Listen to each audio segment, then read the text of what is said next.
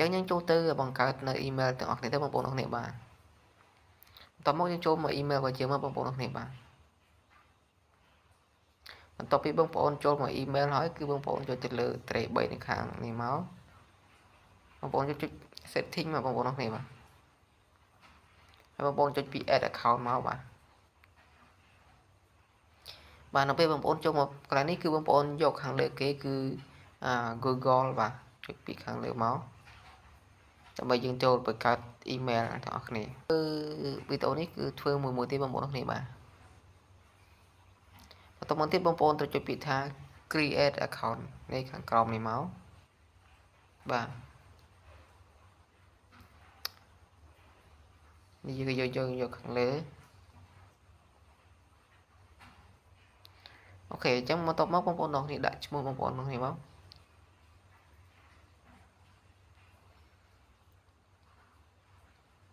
ខ្ញុំឧទាហរណ៍ទេបងប្អូនទាំងគ្នាបាទមកនេះ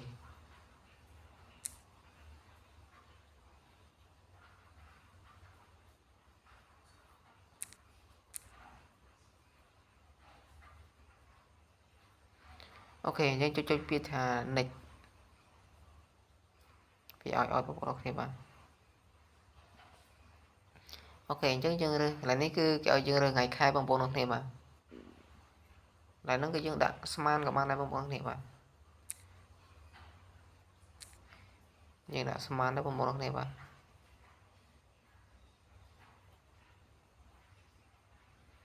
កន្លែងនេះគេឲ្យយើងរើសឆ្នាំបាទបងប្អូនដាក់អាយុរៀងក្រែលទៅបន្តមកយើងរើសភេទអូខេតមកទៀតបងប្អូនត្រូវចុចពាក្យថា next ចឹងនេះគេមើលក៏ឲ្យយើងរើសបាទចឹងយើងត្រូវតែរើសយកមួយបងប្អូននេះបាទខ្ញុំយកខាងលើទៅ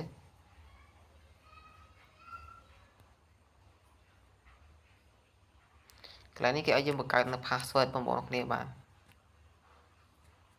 អញ្ចឹងយើងនឹងបង្កើតនៅ password ទាំងអស់គ្នា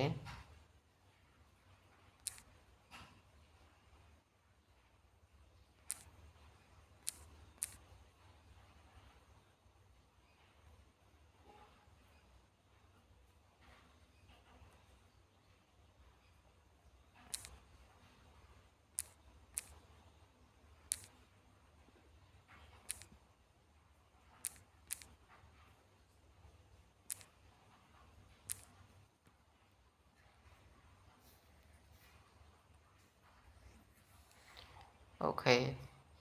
ឡូវយើងបាន email មួយហើយគឺយើងចុចទៅពាក្យថា next ទៀតតមកបងប្អូនទាំងគ្នាចុចមកលើមកអូខេហើយចុចពាក្យថា I agree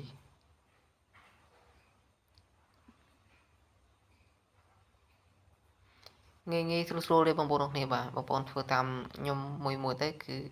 ជាបង្កើតនៅ email ផ្ទាល់ខ្លួនឯងហើយ